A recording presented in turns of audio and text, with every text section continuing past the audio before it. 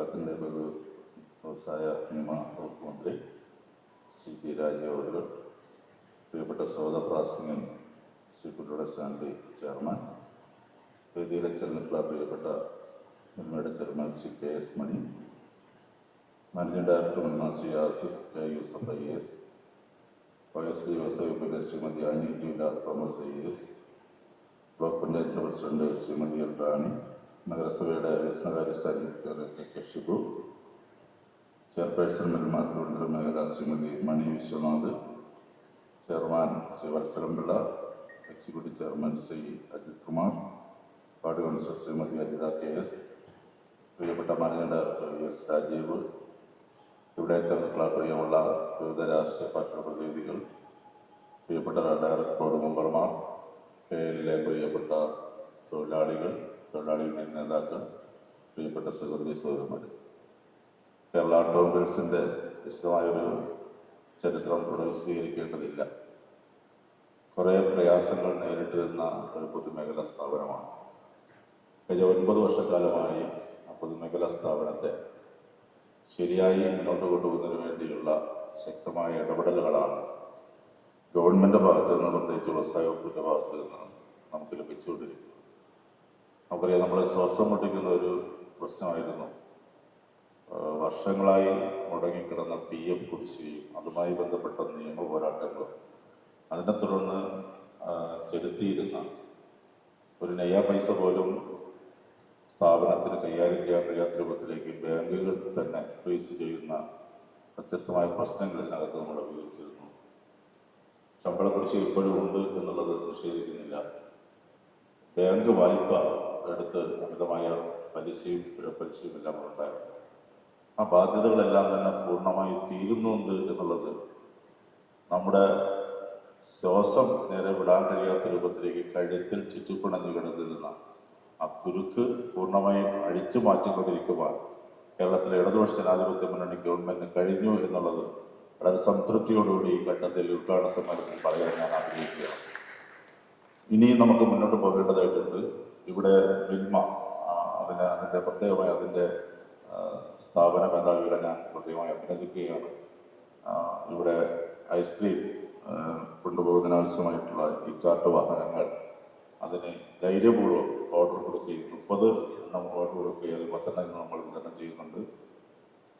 ഇവിടെ ബഹുമാനയുടെ മന്ത്രി, നമുക്കറിയാം കേരളത്തെ സംബന്ധിച്ച് എപ്പോഴും തെറ്റായ വാർത്തകൾ പ്രചരിപ്പിക്കുന്ന കാര്യത്തിൽ ഉത്സാഹഭരിതരായിട്ടുള്ള ഒരു രീതിയാണ് നമ്മുടെ മുന്നിൽ കാണുന്നത്. പക്ഷെ കേരളത്തിലെ വ്യവസായ അന്തരീക്ഷത്തെ സംബന്ധിച്ച് ശരിയായി വിലയിരുത്തുന്ന രാജ്യത്തിൻ്റെ തന്നെ പട്ടിക എടുത്ത് പരിശോധിക്കുമ്പോൾ കേരളം എവിടെയായിരുന്നു വ്യവസായ സംരംഭത്തിൻ്റെ കാര്യത്തിൽ, വ്യവസായത്തിൻ്റെ വളർച്ചയുടെ കാര്യത്തിൽ? ഇന്ത്യയിൽ ഒരുപക്ഷെ വടക്ക് കിഴക്കൻ സംസ്ഥാനങ്ങളായിട്ടുള്ള അരുണാചൽ പ്രദേശ് തൊട്ട് ത്രിപുര, മിസോറം, സിക്കിം അടക്കമുള്ള സംസ്ഥാനങ്ങളുടെ പിന്നിലായി 28ാം സ്ഥാനത്തായി. എന്തുകൊണ്ടാണ് 28ാം സ്ഥാനത്തേക്ക് കേരളം പിന്തള്ളപ്പെട്ടത്? കേരളം വ്യവസായത്തിന് അനുകൂലമായിട്ടൊരു സ്ഥലമല്ല. ഇവിടെ പണിമുടക്കുണ്ട്, ട്രേഡ് യൂണിയൻ ഇടപെടലുണ്ട്, മറ്റ് പല കാര്യങ്ങളുണ്ട്, ഊർജ പ്രതിസന്ധിയുണ്ട്, ഇവിടെ വേതനം കൂടുതൽ കൊടുക്കേണ്ടി വരുന്നുണ്ട് എന്നുള്ള രൂപത്തിലേക്കുള്ള അപഖ്യാതികളുടെ കൂമ്പാരം കെട്ടഴിച്ച് വിട്ടുകൊണ്ട് കേരളത്തിലെ വ്യവസായ സംരംഭത്തിന് അനുകൂലമല്ലാത്തൊരു മണ്ണാണെന്നുള്ള നിരന്തരമായിട്ടുള്ള വിഷലിപ്തമായ പ്രചാരവേലകൾ കേരളത്തിൽ സംഘടിപ്പിച്ചിരുന്നു എന്നുള്ളതാണ് വസ്തുത. അതിനെ മറികടക്കുവാൻ കേരളത്തിലെ ഗവൺമെന്റ് ഇച്ഛാശക്തിയോടുകൂടി പ്രവർത്തിച്ചു. 1ഉം 2ഉം പിണറായി സർക്കാരുകൾ കേരളത്തിലെ വ്യവസായ അനുകൂല അന്തരീക്ഷം സൃഷ്ടിക്കുന്നതിന് വേണ്ടി എടുത്തിട്ടുള്ള നിയമനിർമ്മാണങ്ങൾ ഒരുപക്ഷെ രാജ്യത്തിന്റെ ചരിത്രത്തിൽ തന്നെ വളരെയേറെ പ്രസക്തിയുള്ളതാണ്. അതിന്റെ ഭാഗമായി നമുക്ക് വലിയ കുതിച്ചുചാട്ടത്തിലേക്ക് പോകാൻ വേണ്ടി കഴിഞ്ഞു. ഇന്ന് ഇന്ത്യയിലെ ഏറ്റവും പ്രധാനപ്പെട്ട വ്യവസായ അനുകൂല അന്തരീക്ഷമുള്ളൊരു സംസ്ഥാനമായി മാറി. പ്രിയപ്പെട്ട മന്ത്രിയുടെ ഇരിപ്പുണ്ട്. ഗവൺമെന്റിന്റെ ഭാഗത്ത് നിന്ന് കഴിഞ്ഞ 2.5 മാസം മുമ്പാണ് എറണാകുളത്ത് ഗ്ലോബൽ ഇൻവെസ്റ്റ്മെന്റ് മീറ്റ് സംഘടിപ്പിച്ചത്. കേവലം ഒരു മീറ്റ് സംഘടിപ്പിച്ച് പിരിഞ്ഞു പോവുക എന്നുള്ളതല്ല. ആ മീറ്റിൽ തന്നെ 1,52,000 കോടി രൂപയുടെ ഇൻവെസ്റ്റ്മെന്റിനെ സംബന്ധിച്ച് ഉറപ്പുണ്ടാവുകയും തുടർച്ചയായ ഏകദേശം 2 ലക്ഷം കോടിയോളം രൂപയുടെ പദ്ധതികൾക്ക് മാറുകയും ചെയ്തു. ഇപ്പോൾ അടുത്ത കാലത്ത് നമ്മൾ കണ്ടതാണ് ഇന്ത്യയിലെ ഏറ്റവും പ്രധാനപ്പെട്ട HCL കമ്പനി, അന്തർദേശീയ നിലവാരത്തിൽ പ്രവർത്തിക്കുന്ന ഏറ്റവും പ്രധാനപ്പെട്ട മേഖല. ആ മേഖലയുടെ 2 സ്ഥാപനങ്ങൾ എറണാകുളത്ത് നിന്ന് നമ്മുടെ തിരുവനന്തപുരത്ത് മറ്റൊരു സ്ഥാപനത്തിന് തുടക്കം കുറിക്കാൻ വേണ്ടി കഴിഞ്ഞിട്ടുണ്ട്. അത് കേരളത്തിലുണ്ടാകുന്ന മാറ്റമാണ്. നമുക്കറിയാം നമ്മുടെ നെയ്യാറ്റിൻകരയുടെ തൊട്ടടുത്ത് കിടക്കുന്നതാണ് വിഴിഞ്ഞം. ശ്രീ പുല്ലോട് സാറിൻ്റെയൊക്കെ സ്വന്തം പ്രദേശം. അവിടെ വിഴിഞ്ഞം തുറമുഖം ഉണ്ടാകുന്ന അലയൊലി നമ്മുടെ ഈ നെയ്യാറ്റിൻകരയിലടക്കം ഈ സ്ഥാപനത്തിലടക്കം ഭാവിയിൽ ഉണ്ടാകാൻ പോകുന്ന മാറ്റം അതിശയിപ്പിക്കുന്നതായിരിക്കും. തീർച്ചയായും നമ്മളൊരിക്കലും നിരാശപ്പെടേണ്ട കാര്യമല്ല. ഭാവി കേരളത്തിലെ വ്യവസായത്തിൻ്റെ ഏറ്റവും പ്രധാനപ്പെട്ട കേന്ദ്രങ്ങളിലൊന്നായി തീർച്ചയായും KL മാറും.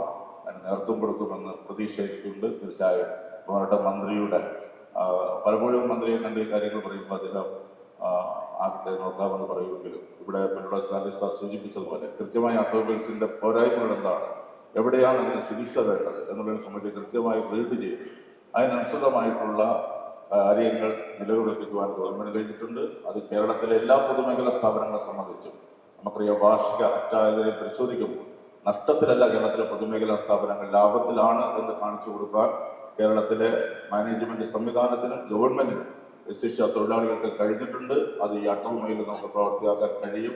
അതിൽ അദ്ദേഹത്തിന്റെ പരിപൂർണമായിട്ടുള്ള സഹകരണവും സംരക്ഷണവും ഈ ഓട്ടോമൊബൈലിന് ഉണ്ടാകുന്നുണ്ട് എന്നുള്ള പ്രതീക്ഷയോടുകൂടി ഏറെ സന്തോഷത്തോടുകൂടി ഈ പദ്ധതിയുടെ അധ്യക്ഷ പ്രസംഗത്തിൽ എൻ്റെ വാക്കുകൾ ചുരുക്കുന്നു. നന്ദി, നമസ്കാരം.